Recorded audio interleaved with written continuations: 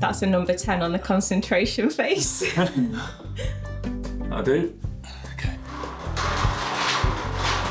So as you'd probably expect from a couple of first timers doing plasterboarding and on a tall ceiling, there's a few places where we've got some big-ish gaps, and because it's a void behind that plasterboard between the rafters, if we try and put mud in there to fill it, it's just going to keep pressing through and through and falling through the void. So I've just got some expanding foam and I've kind of delicately popped it in there. It's stuck to the sides, so then when we get the mud in there, it's got something to brace against.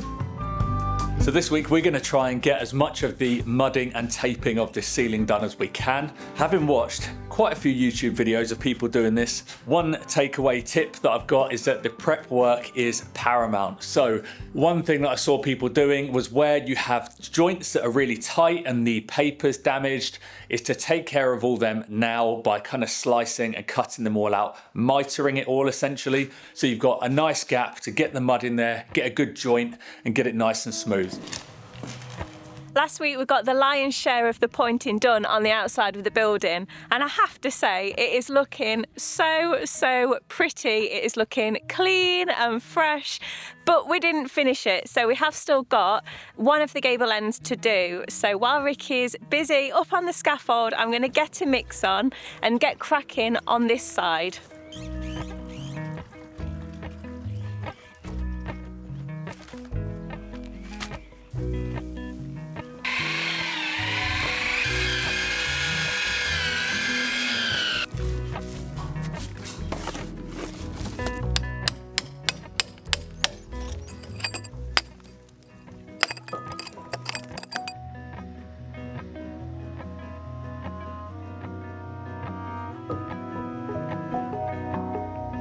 So before I start putting any mud and filling anything in, and I can still see very clearly where the screws are and where the rafters are on the ceiling, I'm gonna cut the holes and pull the wires through for the downlights that we're having in the ceiling.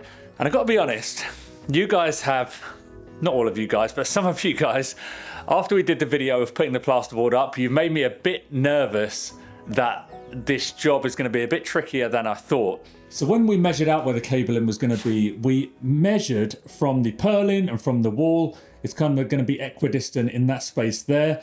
And then it's the same across. And we put the cables fixed behind where they're going to be. So in theory, it should be a case of cutting a hole and pulling it through.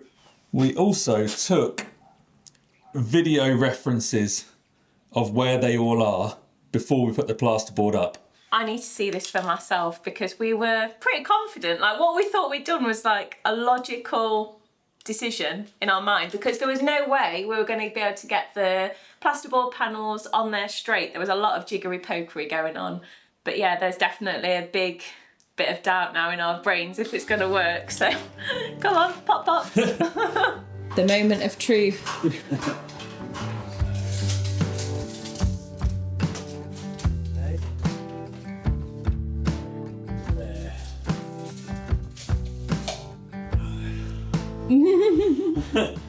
I'm a bit worried now. I hadn't thought about the fact that we've fixed them behind. Am I going to damage the cables with this as I go through? That's a bit of jeopardy. Well, only one way to find out.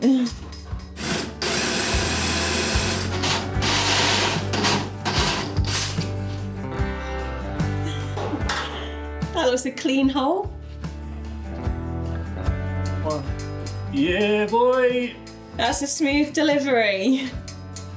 Nice. Hopefully the others are just as easy. Now you can unclench.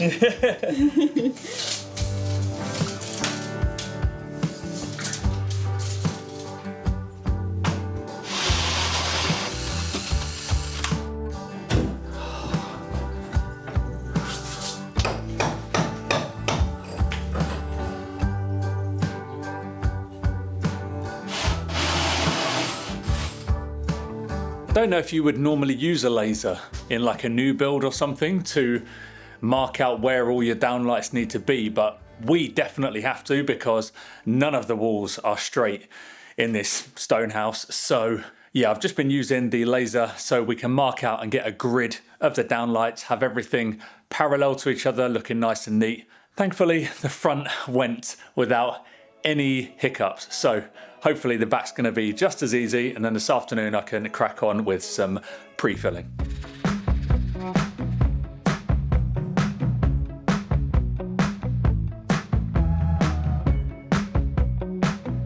There we go, that's all the holes done, ready for the light fittings. A quick note for anybody else planning to do this the same way that we did and put these downlight holes in afterwards. One thing to look out for, which is a problem I've just had, is that we left one of the cables a bit too long on one of them and it had got trapped between the rafter and the piece of plasterboard. So I've had to loosen the piece of plasterboard to basically ease off the pressure so I can pull the cable out. It just made me realise. Still got the screws in my pocket. Right, I better get back up and screw that plasterboard.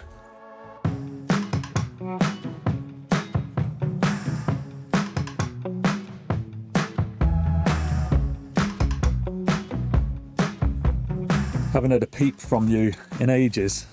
Are you in the zone? Peep, peep. Yeah, I am in the zone.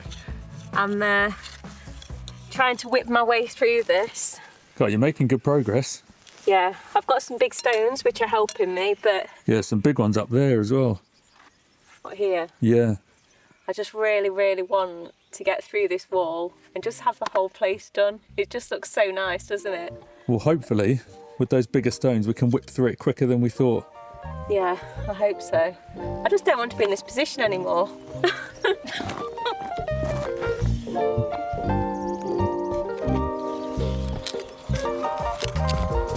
Just want to say a quick thank you to Afery for sending us this. It's their P210 2400 watt portable power station. We've been test driving this thing for the last 4, maybe 5 weeks now, quietly in the background, and let me tell you, it's an absolute game changer for us. We've been able to ditch the smelly, noisy, fuel-powered generator in exchange for some nice, quiet indoor power. It's got a 2400 watt output, which is great for us running power tools, but it can also power fridges, portable aircon and a hairdryer, so it's perfect for a home backup or if you're going camping. And for such a small unit, it's got over 2,000 watt hours of battery capacity, and one feature that we love is the little display telling you how many hours of power you've got left. It's got 3 AC outlets on the side, as well as a number of different USB ports, which is great because this day and age everything seems to come with a different USB cable. One thing that we were both so surprised about was how quickly this thing charges. When we plug it in with the AC input, it goes from 0 to 100% fully charged in just 2 hours, and you can also charge it from solar panels. Afery have currently got sales running on both their UK and US websites with massive discounts. Plus, if you follow the links in our description, you'll get an additional discount added at checkout. So while Victoria's finishing up the rest of her pointing mix, I am going to do some mixing of my own and mix up some of this. So this is a mud for plasterboard basically, but specifically for the blue or green plasterboard that we've got for wet areas. And I'm pretty sure this is going to turn the same colour, but I've never mixed anything like this before. So I'm going to mix a small amount to start with just to make sure I can get the right consistency, and providing it all goes well, I'll mix a bigger batch afterwards.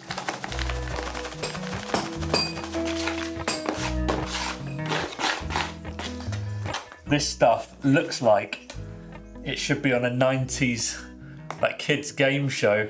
Gunge, that's what they always used to call it. Me and Victoria were saying, I think probably our favourite one was one called Get Your Own Back. Doubt you would have had it in the US. It's very, very British. As he's about to take a slip into Dave's special dip. Get your own back! Don't you dare. Hopefully this should be a good little test run, because all I'm going to be doing here is pre-filling the areas where the tapered edge meets a level, like flat edge. So that means right now I don't have to worry about getting mud on, getting tape on, feathering it all off too much. I just have to get that one side filled. So hopefully it's going to go smoothly.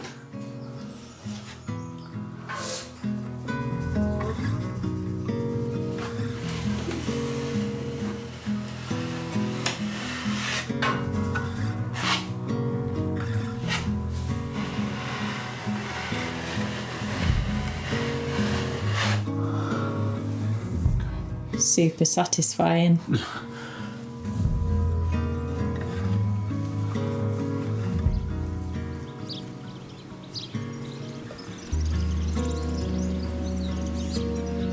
Good morning, doggies. You go for a walkie? Come on.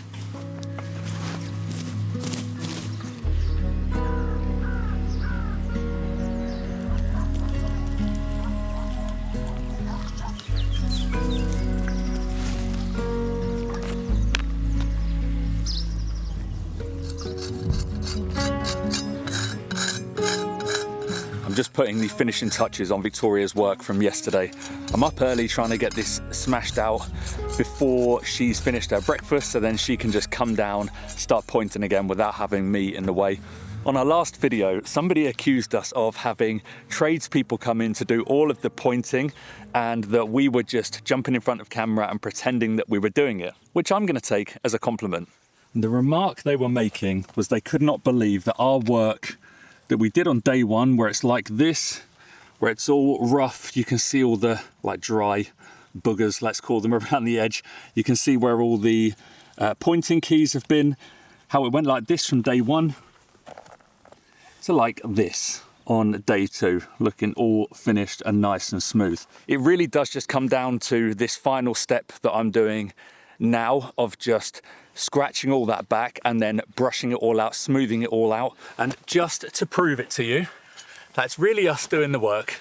I'm going to do this area now in real time and you can see it transform for yourself.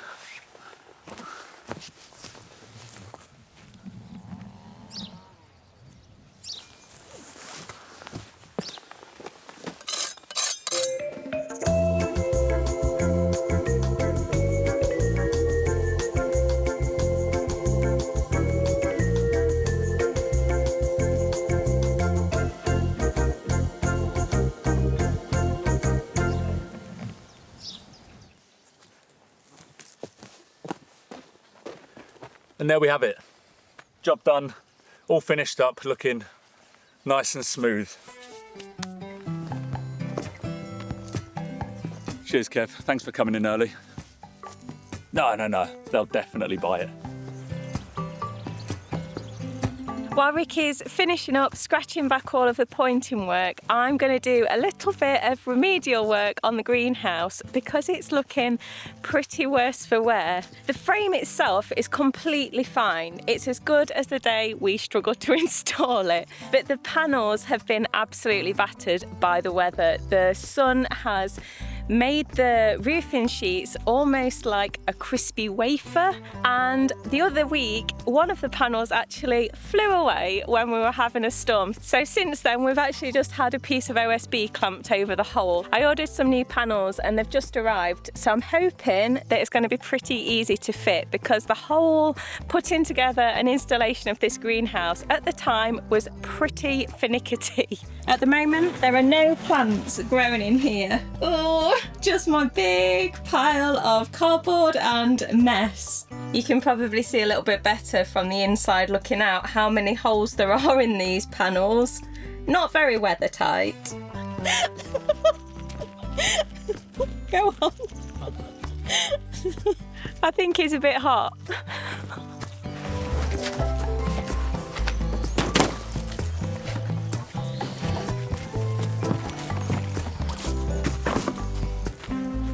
To make sure that the OSB didn't blow away, I resorted to wrapping this rope around it and then weighing it down with as many stones and a breeze block as I could fit on. Seems to hold up all right, but it will be good to have a proper panel back on there.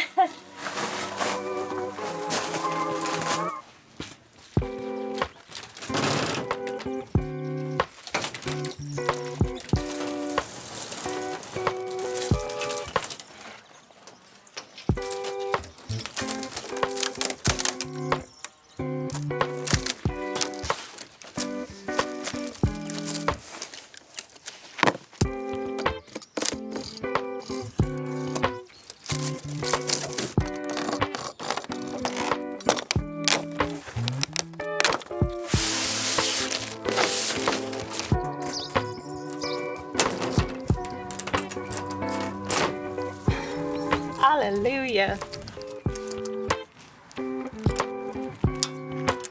So full disclosure, I didn't actually do the panels last time. Ricky did them, and I didn't quite appreciate how long this was going to take. It is so fiddly, and there are so many little clips that you need to manipulate to clamp down the panels so they don't blow away. The other thing, I'd actually forgotten that we'd siliconed them, and that's probably why they've lasted as long as they have. So yeah, this is going to take a lot longer than I want to spend on it today, and to be honest, the pointing is definitely the priority. So I'm going to take my minuscule one panel win and go and mix up some mortar and get cracking on the pointing. What a transformation.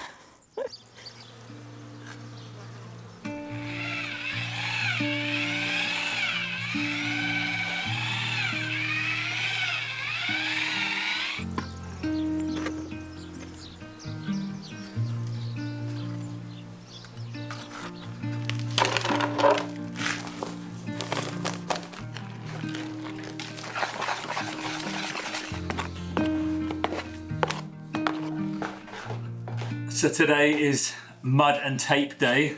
Whenever you see the pros doing this, they make it look so easy, but whenever I see amateurs like moi, they always say it's really difficult and it's not as easy as it looks. So I'm a little bit apprehensive about how today's gonna go, but I think I just need to start and see how I get on.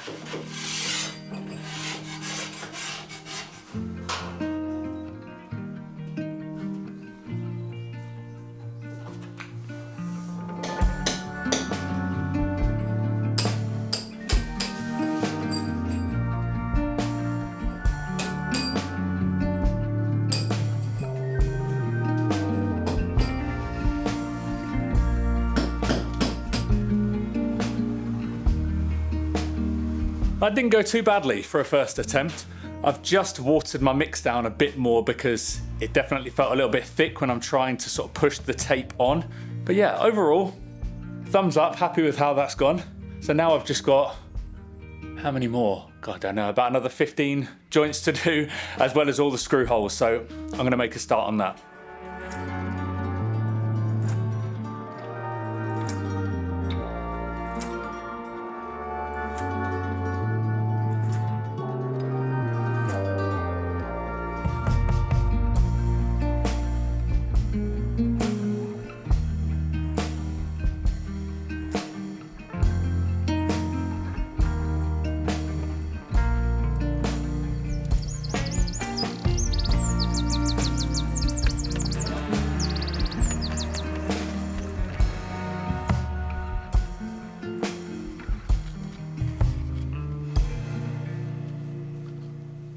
I feel like a bit of a broken record, but I really am so chuffed with how the stonework's looking once it's been pointed. There's been so many jobs like getting rid of all the concrete on here, or breaking goodness knows how many stones, or digging goodness knows how many holes, where it's just been a matter of doing the job, getting your head down and just trusting in the process without really getting that payoff at the end of the day. But when you've done something like this, or like what Ricky's doing, getting all the mud and taping going, you can kind of start to see something coming together. It feels like we are starting to turn a little bit of a corner with this project. Obviously there's still a long way to go, but it is nice to get this extra motivation to keep coming back and doing more.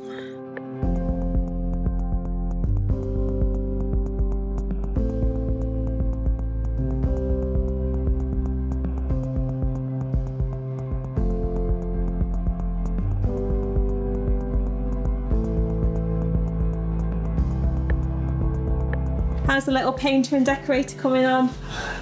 Looks like you had a bad day with the spot cream. It's everywhere. Yeah, I mean, literally got it all over me.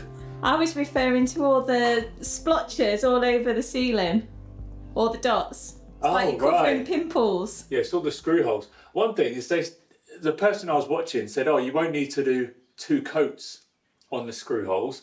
You definitely will, because I can feel it's already like shrunk back in. I'm not a fan of this job. I can see why people don't like doing it.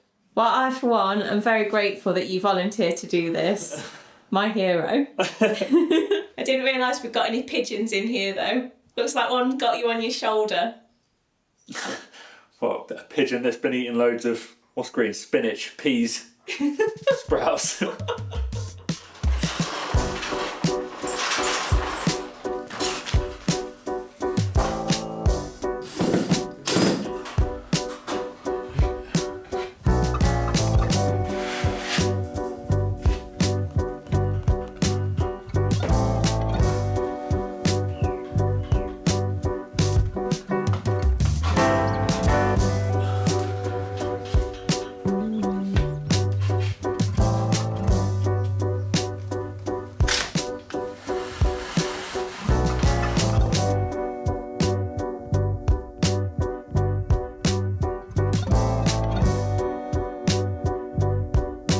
There we go, that's all the taping done. I really wish that I'd started on that backside instead of at the front because I whizzed through the back. I've sort of got the hang of it a bit there. Plus I made the mix a bit wetter, which made it easier to work with.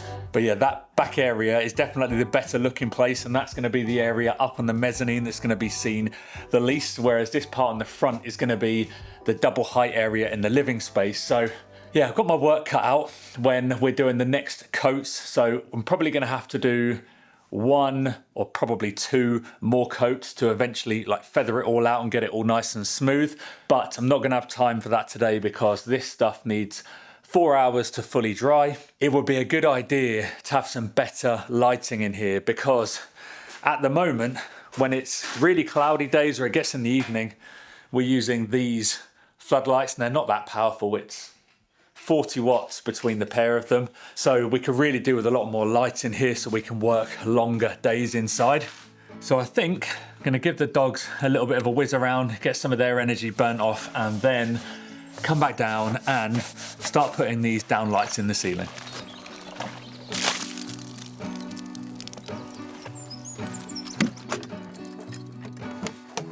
Hello kids.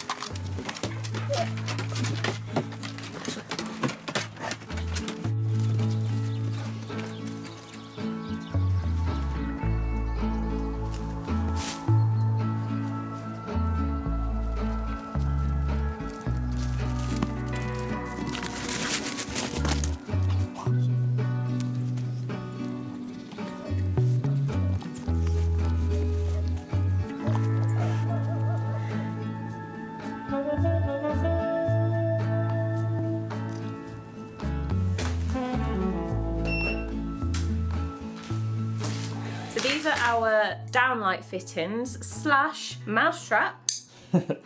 Hopefully we'll not be having any rodent problems though in our ceiling. So we've gone for an adjustable option because we've got a sloped pitched ceiling. We need to be able to adjust where the light's going to shine so we don't end up with any dark patches. I'm hoping they're going to be bright enough because they're so small. Yeah, well, small but mighty. Like you.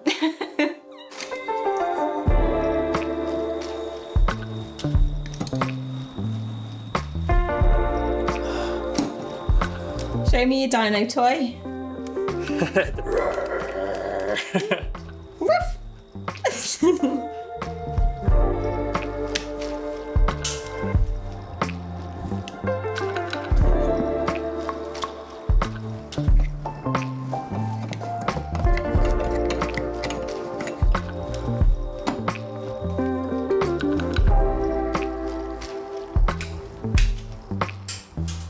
Everything on these modern lights is just so easy to wire up. Just literally stick the wires in and clamp it down.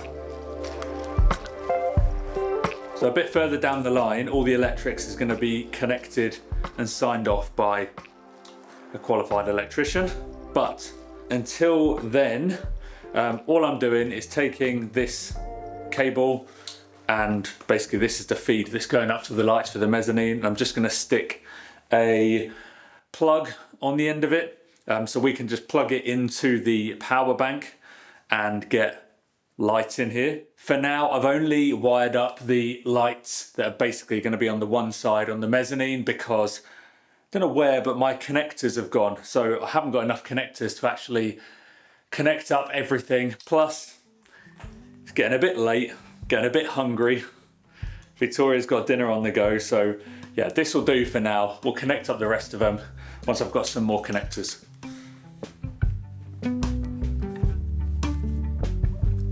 Just called Victoria down for the big reveal. Am I going to be excited or disappointed? Just thought, should we turn the other ones off for maximum effect? Let's go for it. Building the tension. Right.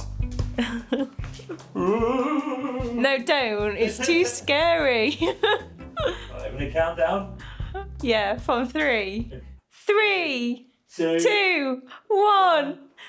I can't get the plug in. Wow! What was the last thing you said? Oh, I wonder if it'll be bright enough. Whoa, that is so bright for just half the room. Oh, it's nice and warm light, don't you think? Yeah, God, it feels so different. When can we move in? Yeah.